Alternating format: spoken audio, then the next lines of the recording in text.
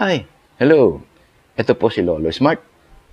Dahil summer ngayon, tag-init, yun daw bang ventilador, gaano ba dapat katagal ginagamit o naka-on ang ventilador para hindi ho agad-agad nasisira?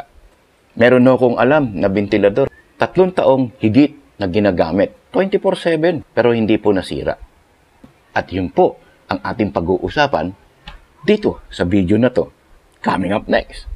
Huwag po kayong aalis.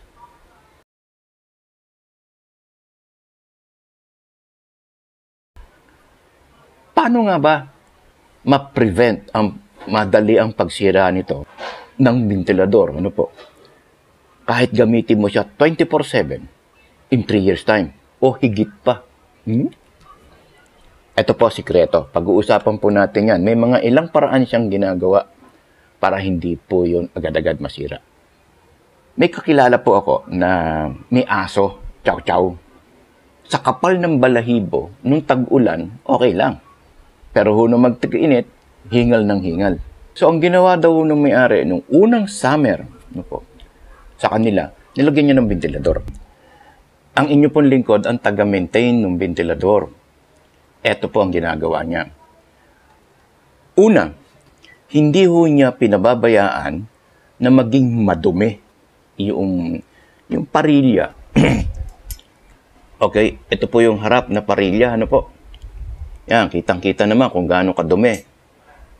At pagkatapos, ito hong likod na parilya, ito ganyan ho kadumi ang ventilador. Meron pa akong isa na napapakita nga pala sa inyo. Ito. Ganyan ho, kalinis yan. Yan, ganyan. Yung pong likod, likod. Yan. Ito kapag umikot, na ganito kadumi to, parilya, ano po? Ang hangin ho niyan, hindi na focus na napupunta sa atin, sa inyo. Ano po? Hindi na siya buo na pupunta. Kaya minsan, wala kang maramdaman. Yung flow ng hangin sumasabog. Kung saan napupunta. Ano po? Kasi nga, may bara. Ito, mahina pumasok ang hangin. Tapos, ito naman, pasabog. Ang dumi dito, ang dumi dyan. Mahina na ho yan. Hindi ho natin mararamdaman. Mahina Sabog ang dating. Kaya, ang isang solusyon dyan, para masarap ang dating ng hangin. Ano po? Linisin ho agad. Iyon po ang isa sa mga inaagad noong kakilala ko na mayroong 24/7 na ginagamit na ventilador para sa kanyang chow-chow. Pause muna natin at lilinisin ko muna. Okay. Tapos na po. Nalinis ko na. Ito po kinalabasan. Tontuwa ako. Kumpara kanina, ang dumi-dumi hindi ko nga mahawakan ngayon hinawakan mo, walang dumi. Di ang ganda, di ba? Nakakatuwa. Ano yan? Sinabon, talagang nilinis yan.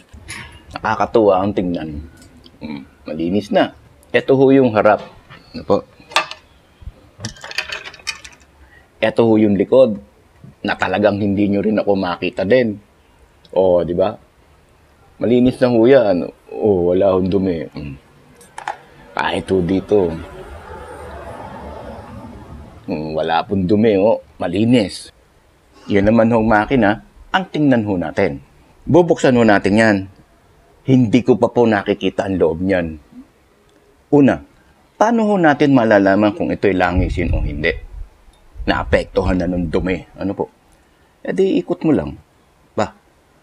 Mukhang mabagal Tsaka mahigpit ng bahagya. Bahagya lang naman, Pero actually po pwede pa yan. Ito, para makasigurado tayo na ito ay hindi pa langisin o konting langisin, lagay natin to. Yan.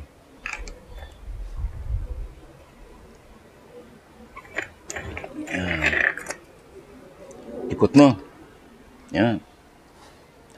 Hindi pa ho langisin to. Tatagal pa to. Pero hindi ibig sabihin niya na hindi na natin lalangasin. Tandaan mo nyo, 24/7, taon ang bibilangin. kailangan natin lang isang to. Tanggalin ko muna, Kasi, bubuksan natin to. Alisin ko. Panunungkit ko lang dito. Tapos na. Nakalas na. Di ba?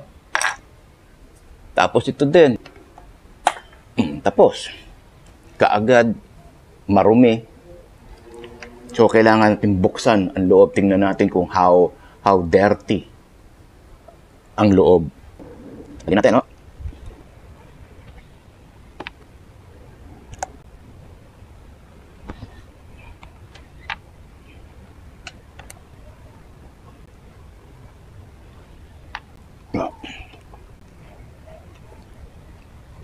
Okay. Eto na. Lumabas na. Wow! Papakita ko sa inyo kung gaano kadumi, Ayan. Iyak. Dumi. So, ito lilinisin din. Para hindi ho ganyan, lilinisin din to. Sasabunin ko dun sa loob. Okay. Meron pa akong isang testing pala, naalala kong bigla. Kailangan, hawakan mo to ng matibay, hindi gumagalaw. Itataas mo to. Gaganong-ganon mo. Pag walang slap, walang tik, tik, tik, tik, walang ganon, wala bang space, yung itong rotor shaft, eto, dito sa bushing niya, wala hong click, click, click, click na ganon, o kaya sideways, click, click, click, walang ganon. Wala kang mararamdamang umuuga ba? Umuuga. Gudo yan. Pag yan ho ay umuuga, may ganon yan, umuuga, ito, palitin ng bushing, baka ho, palitin pati itong rotor shaft. Well, hindi ho siya palitin ngayon kasi wala hong uga wala. Simple. So, alisin muna natin itong likod. Talaga namang andumi din. Talagang madumi din siya. Meron pa akong i-detalye sa inyo maya-maya pagkatapos.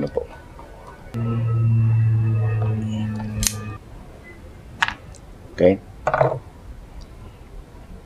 Hugot. Naku po, nalaglag pa.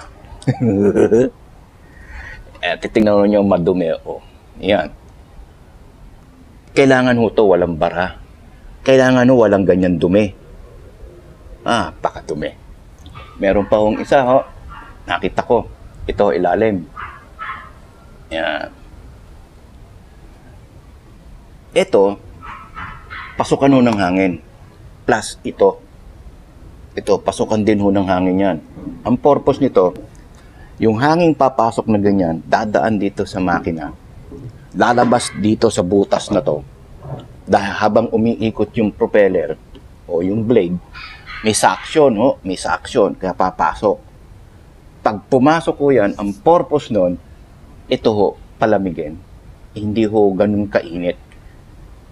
Ang rason ho noon ay ventilation. May suction, may discharge ng hangin, ventilasyon nitong stator coil. Para lumamig siya. At para hindi agad-agad siya masunog o hindi agad-agad siyang mag-overheat. Ganun.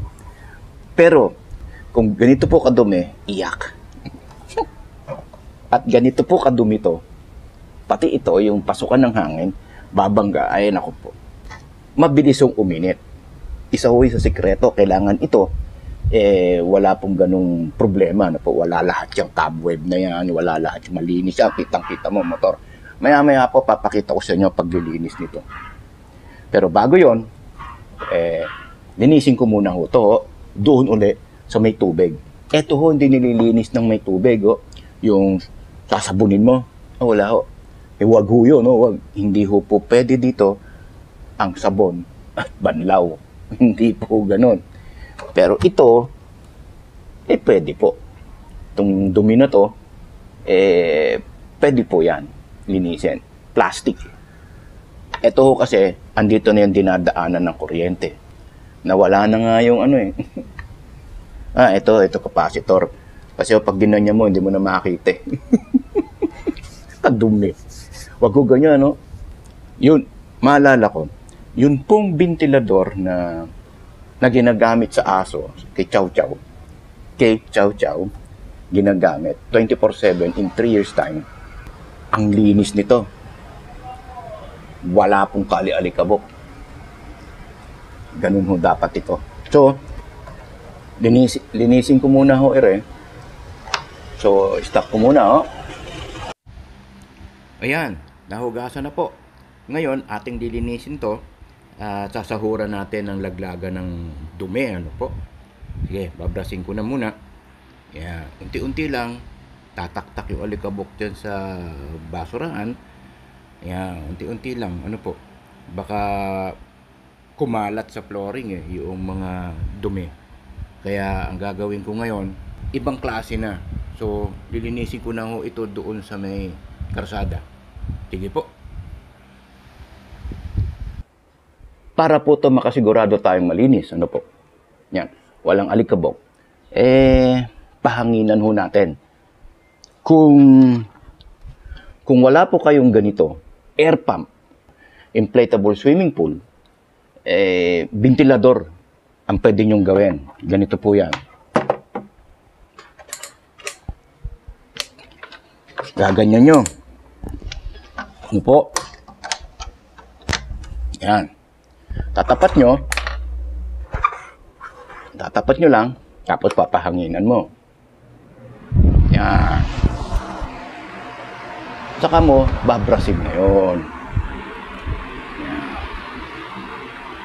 Isimutin mo.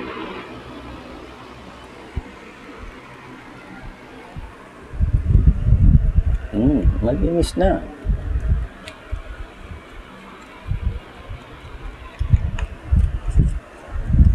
Okay?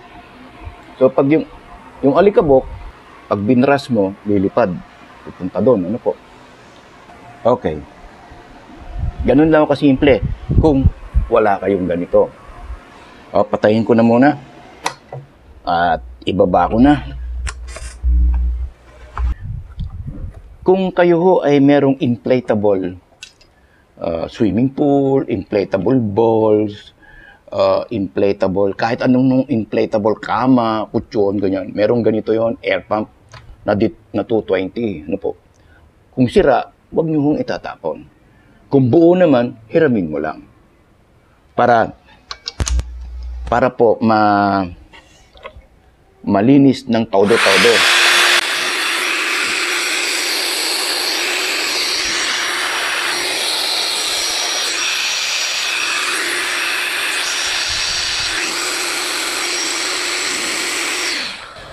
Ganun lang ho yun.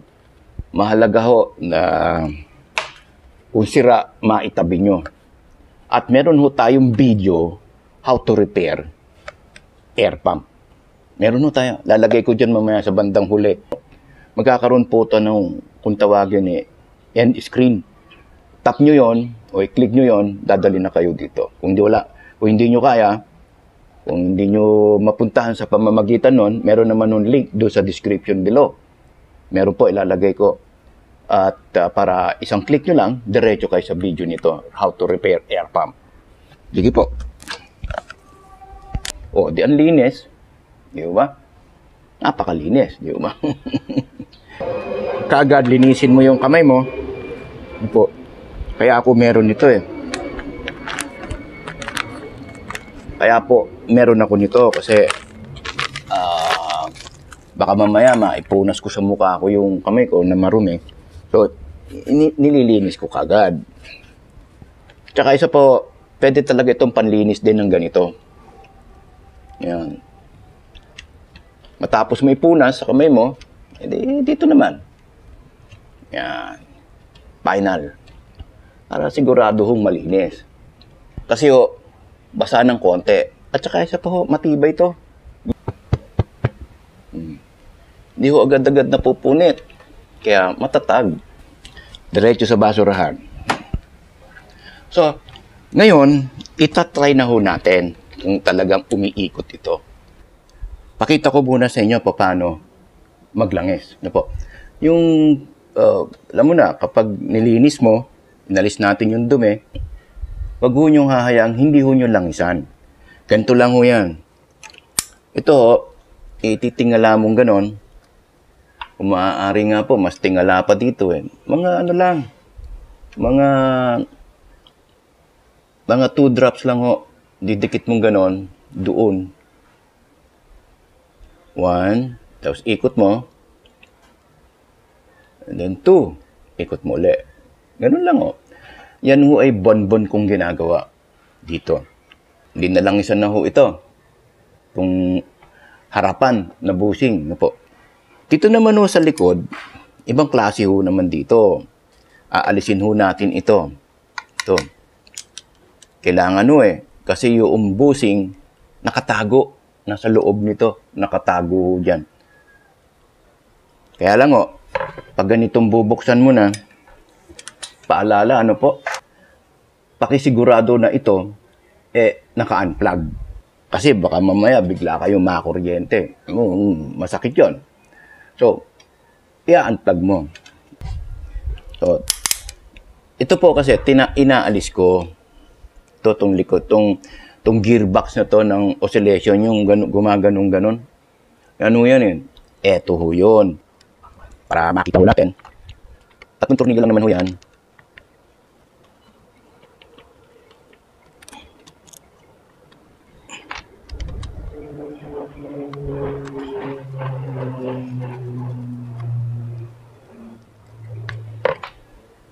Ito, tatanggalin ko na ho. Iyon, no? Ang bushing po na ating lalangisan ay ito. Nandito. Okay? Lalangisan lang ho natin. 1 drop. Tapos, iikot mo. Iikot ho natin, no? Tapos, another drop. Yan ho ang pangalawang drop. O. Ganun lang. Buwan-buwan. O, yan. Ikot-ikot mo para pumasok na.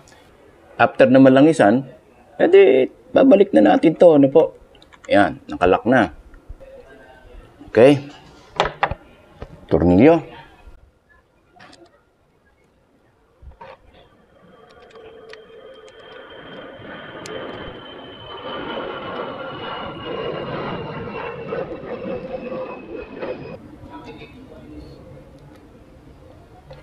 At ngayon, isasauli naman na natin lahat yung ating tinanggal.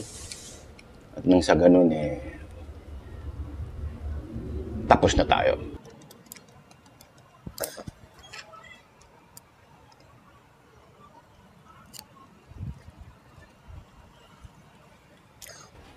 Yan. Naikabit na natin.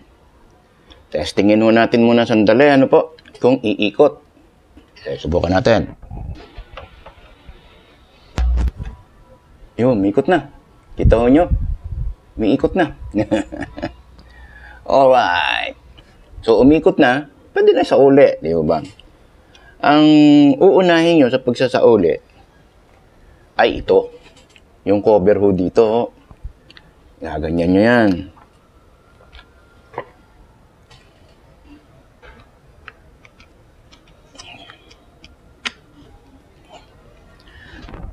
Kahit paalala lang ho, kahit alin po ang ginagawa niyo sa ventilador, lagi po itong bunot.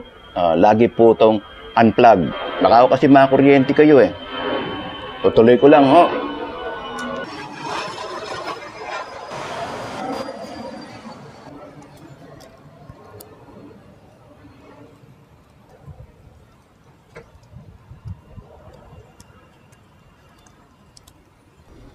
Yan.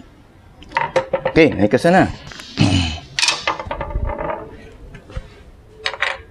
Ito naman ang likod.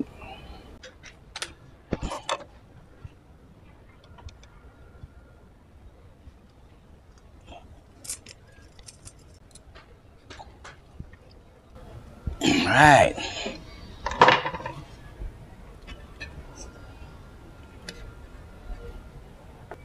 Siya nga pala, paalala.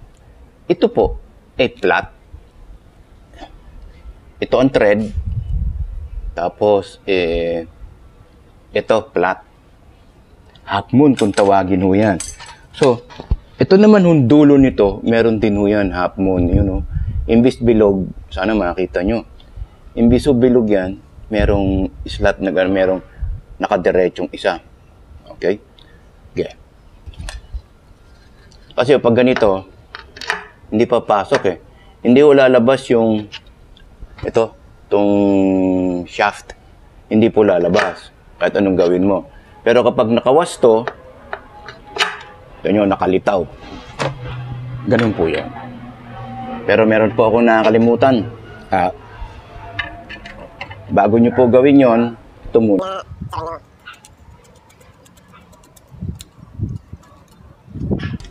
Alright? Pero kapag ito ay nakakahusto, lilitaw yon. At tandaan ho nyo yon. At ang pagsasara nito, pakabila, pakontra. Ang paghigpit ho niyan, pakontra. Habang umiikot yung blade, pahigpit naman to. Kailangan ho yun, no? Ito, pag hinigpit nyo, kung tawagin ko namin sa mechanical, hand tight. Hand tight lang, tapos na.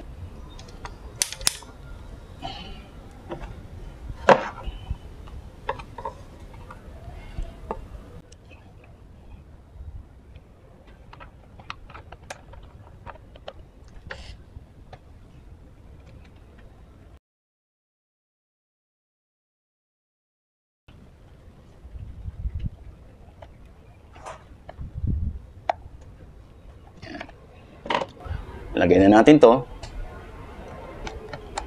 That's it. At pati ito. Alright. Now. Yan.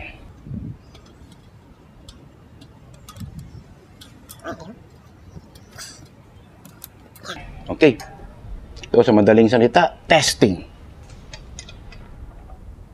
Yan. Number 1, pinakamabagal. Ayan. Tapos number 2, number 3. Ayan. Alakas, parang bagyo. Yes! Wow!